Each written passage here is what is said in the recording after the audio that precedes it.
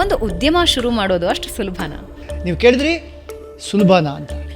ಖಂಡಿತ ಸುಲಭ ಅಲ್ಲ.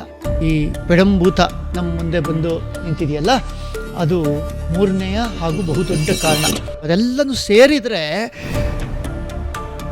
ಒಟ್ಟು ಆಗುವಂತಹ ಜಾಬ್ ಲಾಸಸ್ ಏನಿದೆ ಅದನ್ನು ಊಹಿಸ್ಕೊಳ್ಳೋದಕ್ಕೂ ಸಾಧ್ಯ ಇಲ್ಲ. ಉದಾಹರಣೆಗೆ ಹೇಳ್ತೀನಿ, AI will take away every job including yours and my. ಒಂದು ಸ್ಟಾರ್ಟಪ್ಪನ್ನು ಬಿಲ್ಡ್ ಮಾಡೋದಕ್ಕೆ ಏನಪ್ಪ ಕ್ವಾಲಿಫಿಕೇಷನ್ ಅಂತಂದರೆ, ಒಬ್ಬ ರಾಜಕಾರಣಿ ಆಗೋದಕ್ಕೆ ಏನು ಕ್ವಾಲಿಫಿಕೇಷನ್ ಬೇಕೋ ಅದೇನೇ, ಯಾವ ಕ್ವಾಲಿಫಿಕೇಷನ್ ಬೇಕಾಗಿಲ್ಲ.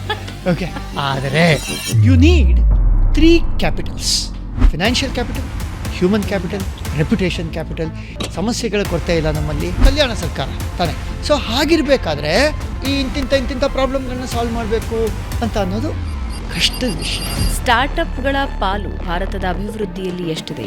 ಆನ್ ರೆಕಾರ್ಡ್ ಹೇಳ್ತಾ ಇದ್ದೀನಿ, ಇವತ್ತಿನ ನವೋದ್ಯಮಗಳು, ದೊಡ್ಡ ಉದ್ಯಮಗಳ ಪಾಲು ಇವತ್ತೇನಿದೆಯೋ ಅದಕ್ಕಿಂತ ಬಹುಪಾಲು ಹೆಚ್ಚನ್ನ GDPಯ ಪರ್ಸೆಂಟೇಜ್ ಆಗಿ ಕ್ರಿಯೇಟ್ ಮಾಡುತ್ತವೆ within the next 10 years. Startup ಬಗ್ಗೆ ಸಾಕಷ್ಟು ಬಸ್ ಇದೆ, ಆದರೆ ಈ ಸ್ಟಾರ್ಟಪ್ಗಳನ್ನ ಕಟ್ತಾ ಇರೋರು ಯಾರಪ್ಪ ಅಂತಂದರೆ ಹೆಚ್ಚು ಪಾಲು ಬೆಂಗಳೂರು ಬಸ್ ಕಾರ್ಯಕ್ರಮದಲ್ಲಿ ನಾವು ಮಾತಾಡ್ತಿರೋದ್ರಿಂದ ಬೆಂಗಳೂರಿನ ಪಾಲು 40%ಗಿಂತ ಜಾಸ್ತಿ. ಹೆಚ್ಚು ಕಡಿಮೆ 50 ಯೂನಿಕಾರ್ನ್ಗಳು ನಮ್ಮ ಬೆಂಗಳೂರಿನಲ್ಲಿ.